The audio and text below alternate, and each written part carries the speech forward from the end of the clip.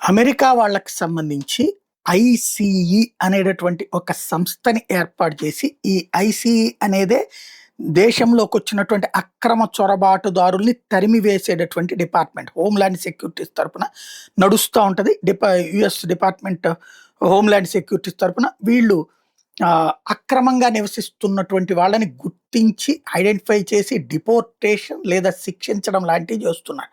అయితే ఈ ఐసీఈ మీదన విపరీతమైనటువంటి వ్యతిరేకత ఉంటుంది. ఎవరైతే అక్రమ చొరబాటుదారులు ఉంటారో, అట్లాగే ఆల్రెడీ సక్రమంగానే వచ్చి ఆ తర్వాత అక్రమంగా మారినటువంటి వాళ్ళు వీళ్ళందరూ కూడా. వీళ్ళు ఒకళ్ళకొకళ్ళు అంటే వాళ్ళ బంధువులకో ఎవరికో మెయిల్ చేసుకుంటా ఉంటారు కదా!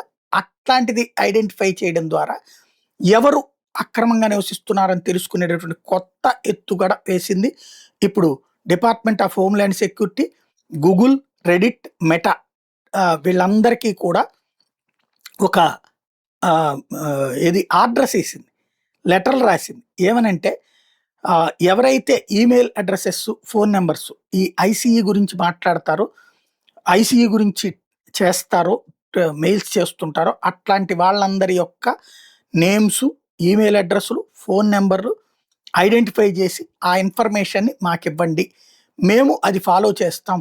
అంటే ఐసీఈని విమర్శించేటటువంటి వాళ్ళు ఏది ఫేస్‌బుక్‌లోనో, ట్విట్టర్‌లోనో, వాట్సాప్‌ల్లోనో లేకపోతే సోషల్ మీడియా ప్లాట్‌ఫార్మ్ యూట్యూబ్ లాంటి వాటిట్లో విమర్శిస్తున్నా, అదే సందర్భంలో మెయిల్స్ చేస్తున్నా వాటిని ఐడెంటిఫై చేసి మాకివ్వండి అని అడుగుతా ఆదేశాలిచ్చింది.